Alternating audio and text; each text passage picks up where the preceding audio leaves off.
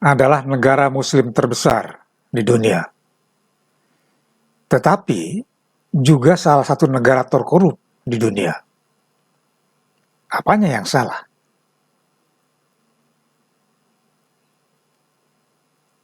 Islam, korupsi, dan realitas Indonesia. Pertanyaan mengenai hubungan antara mayoritas muslim di Indonesia dan tingginya tingkat korupsi adalah pertanyaan yang sangat relevan dan kompleks.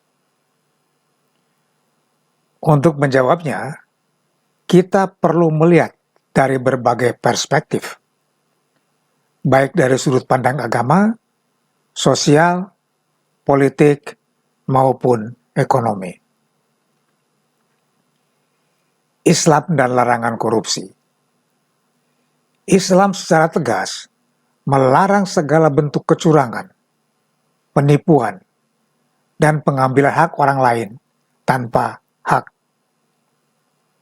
Korupsi dalam pandangan Islam termasuk dalam kategori perbuatan dosa yang besar yang dapat merusak tatanan sosial dan merugikan banyak orang. Al-Quran dan hadis Nabi Muhammad SAW banyak mengandung ayat dan hadis yang melarang perbuatan korupsi. Beberapa ayat dan hadis yang relevan. Quran Surat An-Nisa ayat 59. Sesungguhnya Allah menyuruh kamu berlaku adil dan berbuat kebajikan, memberi kepada kaum kerabat, dan Allah melarang kamu untuk perbuatan keji, kemungkaran, dan permusuhan.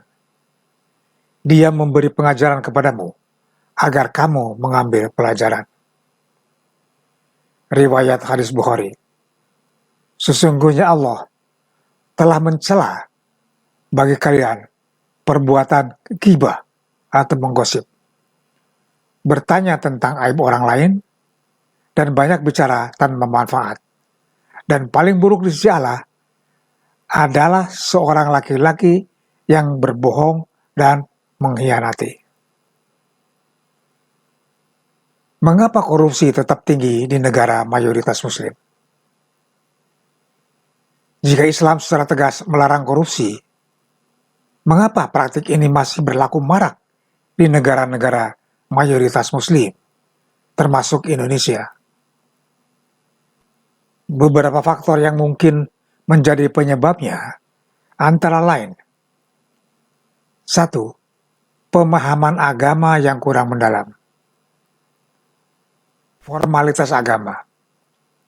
Banyak orang yang hanya menjalankan ibadah secara formal tanpa memahami esensi ajaran agama. Selektif dalam menerapkan ajaran.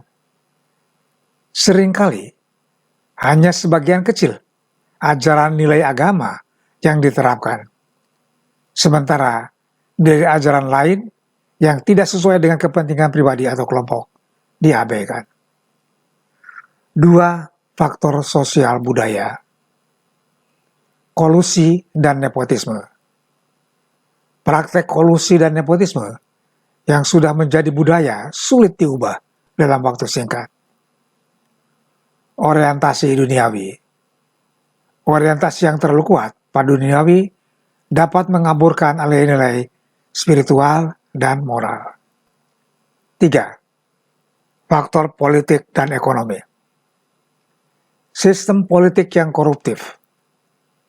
Sistem politik yang tidak transparan dan akuntabel membuka peluang bagi praktek korupsi. Ketimpangan ekonomi. Ketimpangan ekonomi yang tinggi dapat mendorong orang untuk melakukan korupsi demi mendapatkan keuntungan materi. 4. Lemahnya penegakan hukum. Hukum yang tidak tegas. Hukuman yang diberikan kepada pelaku korupsi seringkali tidak menimbulkan efek jera. Keterlibatan oknum penegak hukum. Keterlibatan oknum penegak hukum dalam praktek korupsi sering kali memperparah masalah. Para tokoh agama dalam mengatasi masalah korupsi sangatlah penting. Sebagai pemimpin spiritual dan moral, tokoh agama memiliki pengaruh yang signifikan terhadap masyarakat. Berikut adalah beberapa peran yang seharusnya dimainkan oleh tokoh agama dalam upaya pemberantasan korupsi. 1. Menanamkan nilai-nilai moral dan etika. Jadi, tidak hanya masalah ritual dan simbol-simbol. Mengajarkan kejujuran dan keadilan. Tokoh agama dapat menekankan pentingnya kejujuran, keadilan, dan amanah dalam setiap tindakan, baik dalam kehidupan pribadi maupun publik. Mengingatkan akan konsekuensi perbuatan. Tokoh agama dapat menjelaskan konsekuensi dari tindakan korupsi baik di dunia maupun di akhirat, sesuai dengan ajaran agama masing-masing. Membangun karakter.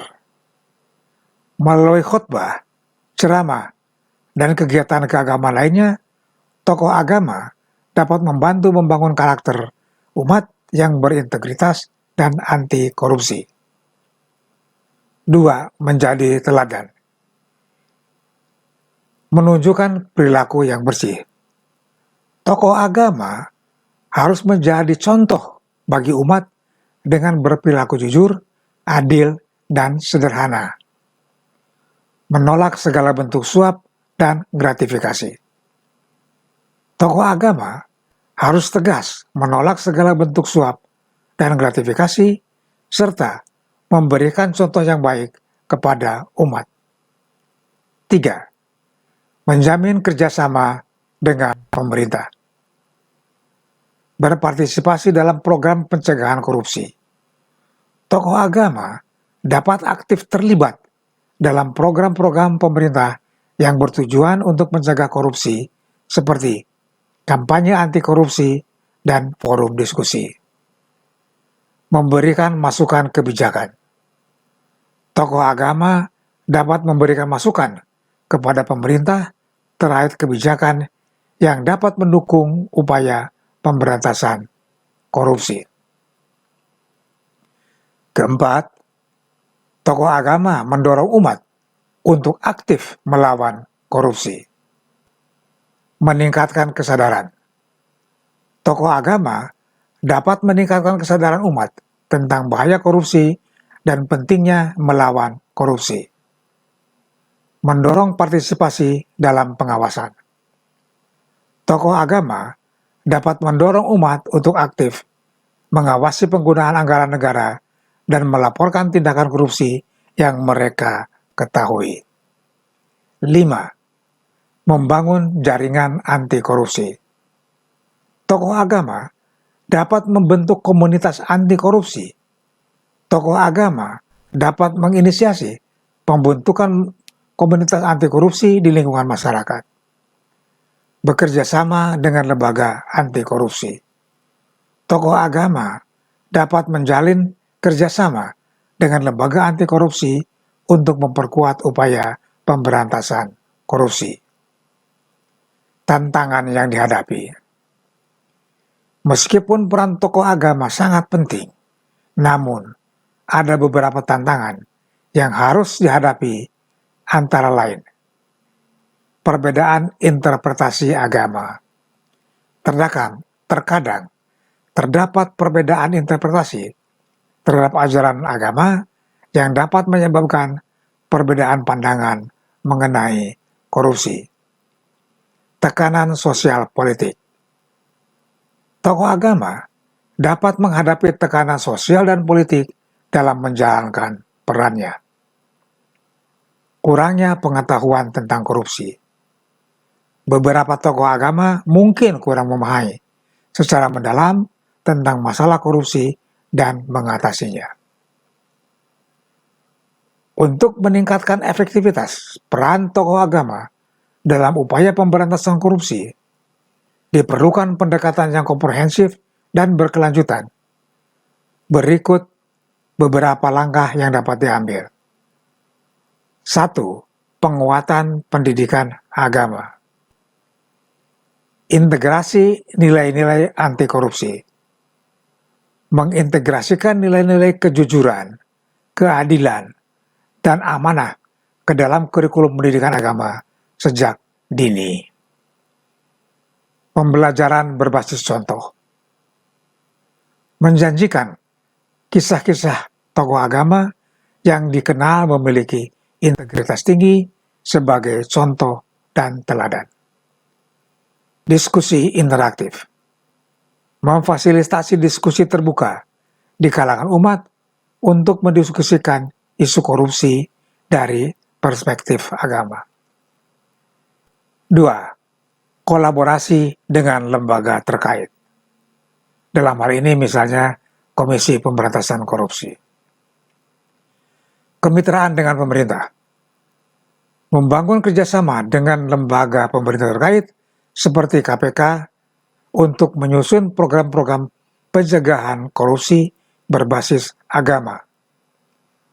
Kerjasama dengan lembaga pendidikan.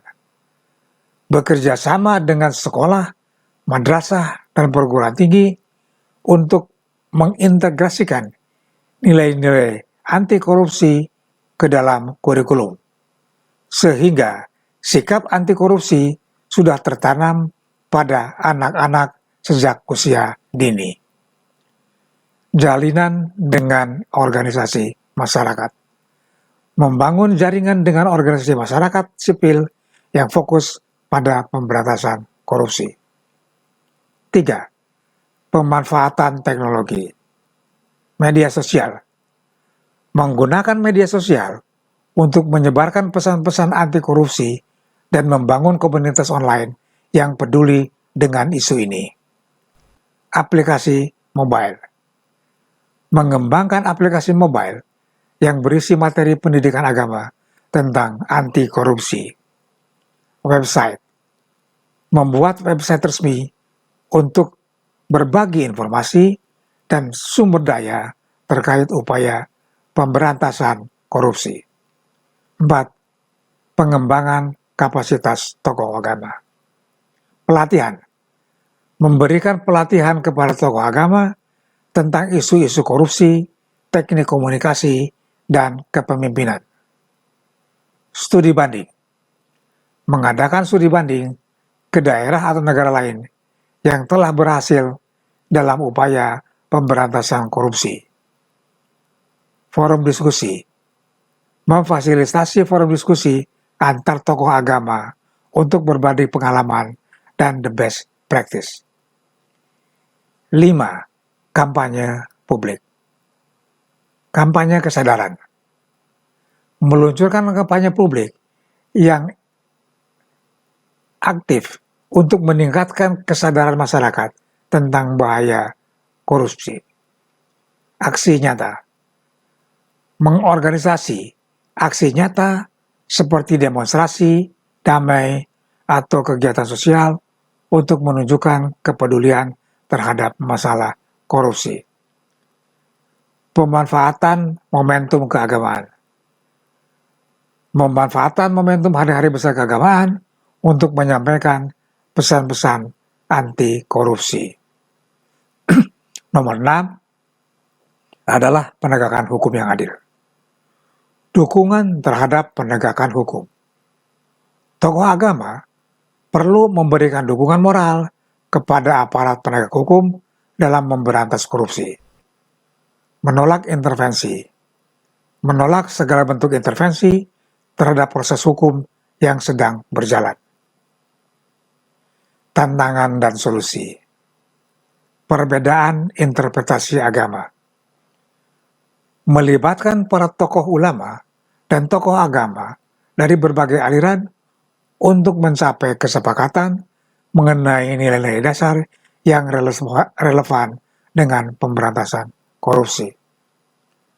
Tekanan politik.